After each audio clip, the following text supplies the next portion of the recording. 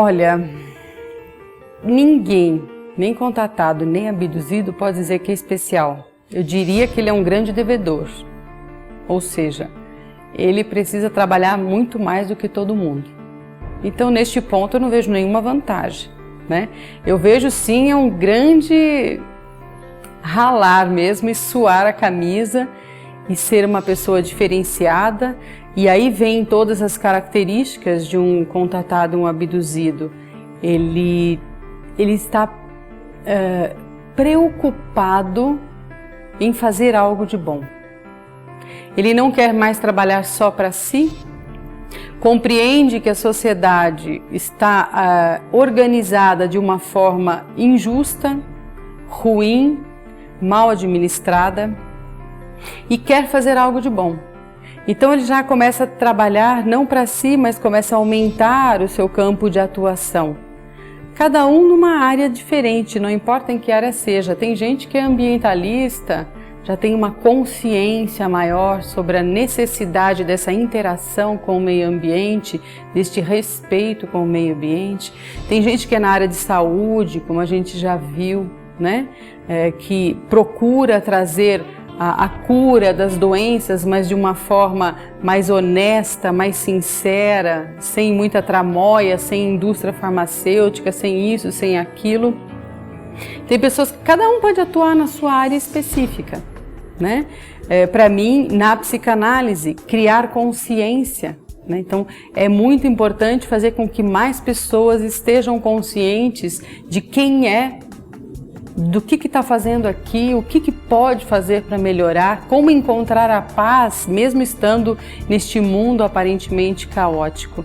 Então essa é uma tônica muito forte para um contatado e um abduzido. Agora eles também têm outras características, né, de personalidade.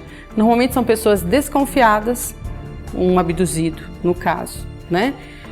Por que a desconfiança? Porque ele já passou por algum trauma nessa abdução. Então ele já desenvolveu um sistema de alerta, né, um alarme, ele é mais assustado, né? Porém são pessoas com liderança. Tem uma pesquisa muito interessante que foi feita, se eu não me engano, em 92, uma pesquisa de larga escala, e essa pesquisa definia mais ou menos o perfil de um abduzido, de um contatado. E eles dividiram, né, quem é, que características essa pessoa tem mais importantes. E a mais importante de todas, fora a característica dele ser líder, ou dele ser mais assustado, ou dele... A mais importante de todas são pessoas formadoras de opinião. E eu achei muito interessante essa característica.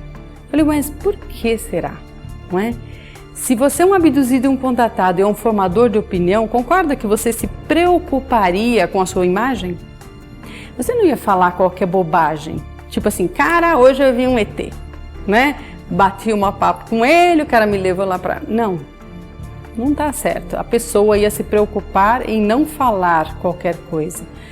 Mas essas pessoas são justamente pessoas formadoras de opinião, ou seja, existe um plano, a meu ver, pelo que eu tenho notado em todos os abduzidos e contatados, um plano dessa turma que está fazendo esse projeto no planeta Terra, de formar realmente opiniões, de fazer com que o inconsciente coletivo comece a ser diferente.